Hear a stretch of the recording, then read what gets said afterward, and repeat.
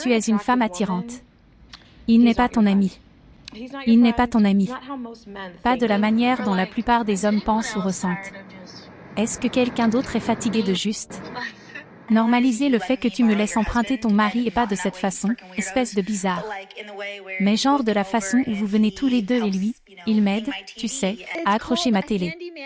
Ça s'appelle un bricoleur, tu cherches quelqu'un localement sur Google, tu appelles ce numéro et ensuite, devine quoi, tu dois payer pour ça.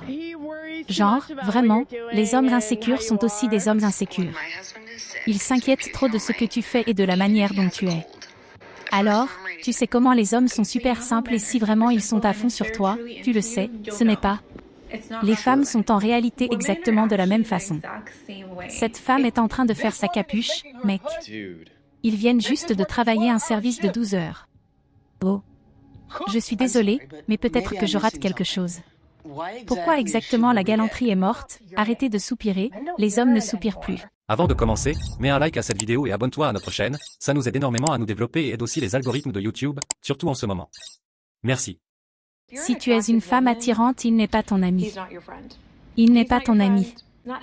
Pas comme la plupart des hommes le pensent, ils ne sont pas juste amis avec une femme attirante parce qu'ils aiment sa personnalité, il attend l'opportunité en espérant l'opportunité de sortir de la zone d'amis. Je veux dire, on est genre est-ce que quelqu'un d'autre est fatigué de juste être. Personne ne veut être le père d'un enfant qu'il n'a pas eu. Vrai, vrai. C'est un homme qui ne veut pas reprendre la partie sauvegardée d'un autre homme, c'est en fait la norme. Les femmes modernes veulent désespérément un mari, mais apparemment elles ne trouvent pas un seul homme pour les épouser. Voici une vidéo pour vous aujourd'hui de Griffin Mind. Allons y plonger. Est-ce qu'on peut normaliser le fait que tu me laisses emprunter ton mari et pas de cette façon la bande de tarés? Mais genre de la façon où vous venez tous les deux chez moi et il aide, tu vois. Accrocher ma télé et soulever toutes les choses lourdes et on boit du vin en même temps.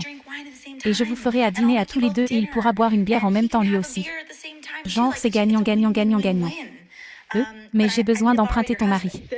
C'est absolument le résultat des hommes qui quittent la zone d'amis. Ce qui devient tellement répandu qu'ici on voit une femme venir en ligne demander à d'autres femmes si elle peut emprunter leur mari. C'est triste de voir qu'elle pense qu'il est normal de « emprunter » le mari de quelqu'un d'autre. Il n'y a rien de normal là-dedans. Avec son argent, gagné par son propre travail et ses efforts, elle pourrait tout à fait engager quelqu'un pour faire tout le travail à sa place. Ça s'appelle un bricoleur. Tu cherches quelqu'un localement sur Google. Tu appelles ce numéro et puis devine quoi? Tu dois payer pour ça parce que crois-moi, aucun mari ne veut passer des heures chez toi. Même si sa femme est là pour réparer des choses pour toi et qu'il n'a qu'à prendre une bière et un peu de nourriture en échange. Cet homme préférerait beaucoup plus s'arrêter pour prendre de la nourriture à emporter en rentrant du travail et pouvoir vraiment s'asseoir. Pendant une heure, ce qui honnêtement est tout ce qu'il veut parce que ses maris ici sont fatigués, enfin. Tu imagines un homme venir ici faire une vidéo et parler de comment il veut emprunter ta femme pour faire des trucs de femmes comme le ménage, la cuisine et la lessive. Il serait annulé si vite et il serait viré des réseaux sociaux. Mais ça n'arrive pas quand une femme fait cette vidéo à cause du double standard. C'est fou comme ces femmes peuvent prétendre qu'un simple repas et une boisson sont trop chers pour qu'un homme ait fait un travail incroyablement dur. Comme si un homme n'était pas capable de se le procurer lui-même. Et comme si c'était un plaisir particulier pour lequel il devait se casser le dos, alors qu'en réalité le travail lui-même était bien plus difficile que ces petites choses. My wife's reaction to me saying I want a divorce after finding out she cheated.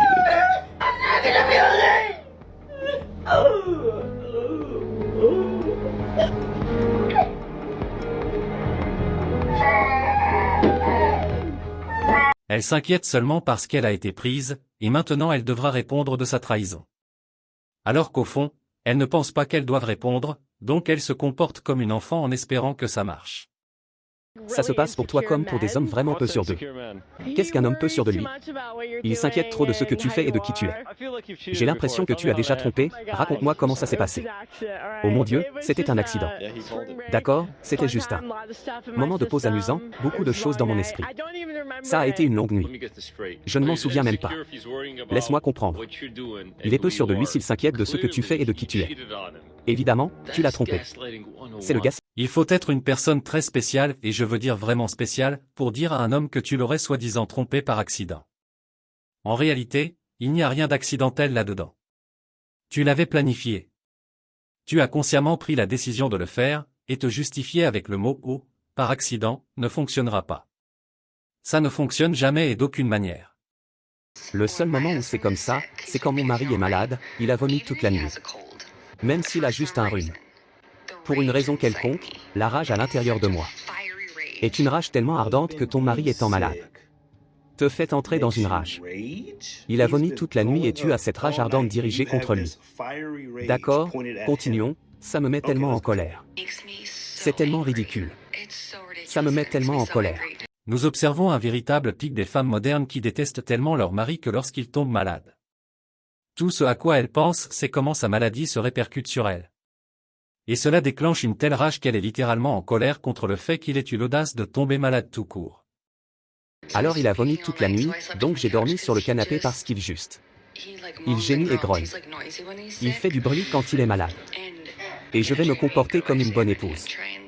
Donc je vais essayer de lui donner des médicaments, je pense que ça me met peut-être tellement en colère parce que si je suis malade, genre, je continue quand même mes affaires. Genre je suis toujours une maman. J'ai toujours des choses à faire. Si je suis super malade, je reste au lit, évidemment si je ne peux même pas fonctionner, mais genre tu viens littéralement de dire. Juste dire que quand tu es super malade, évidemment tu restes au lit. C'est ce que tu viens de dire de ta bouche dans cette même vidéo.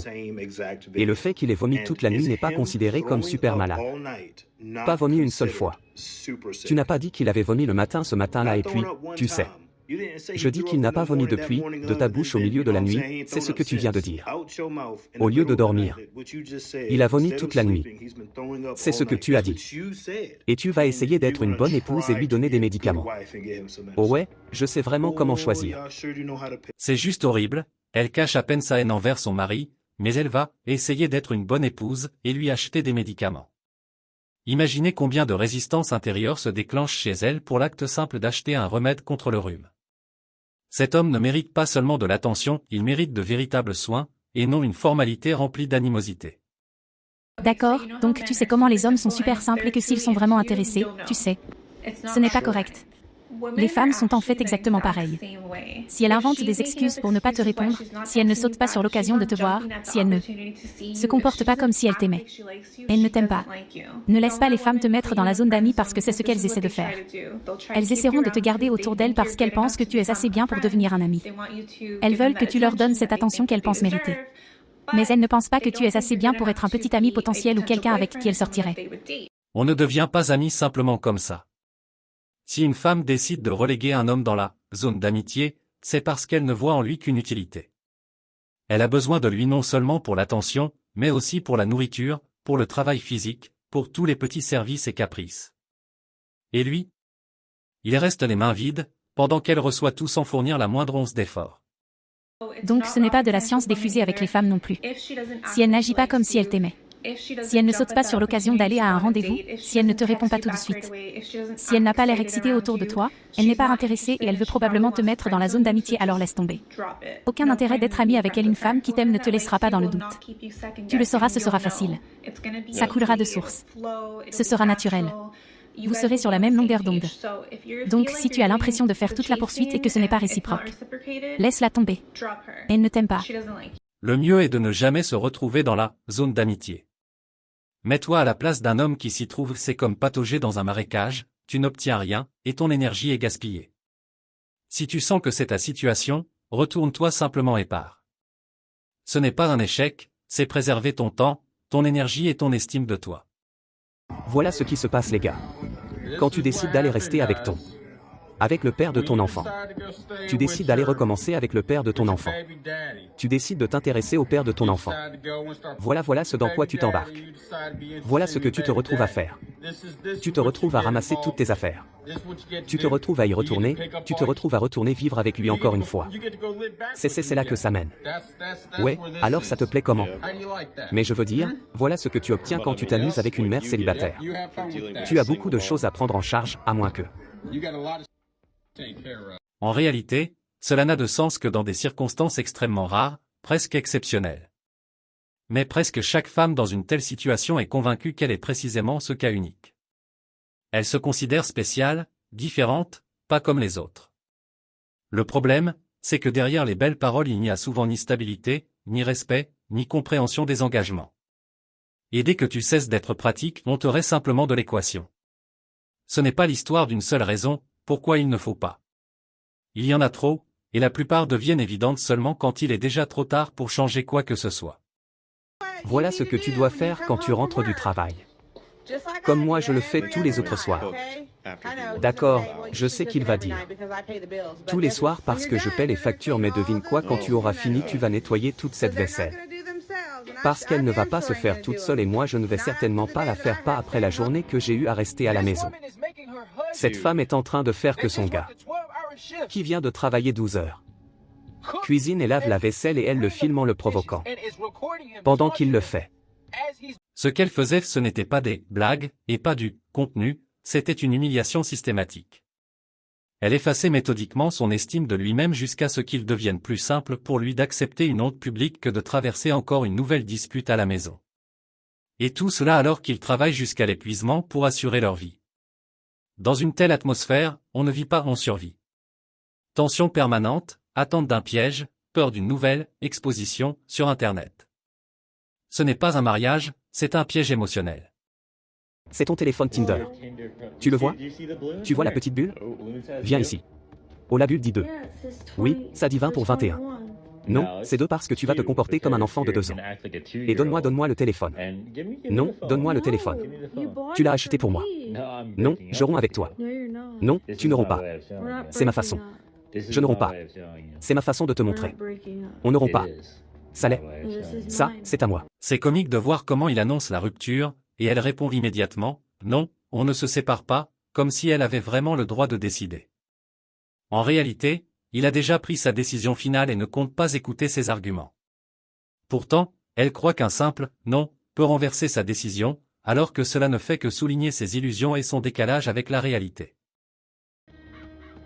Chivalry is dead. La chevalerie est morte.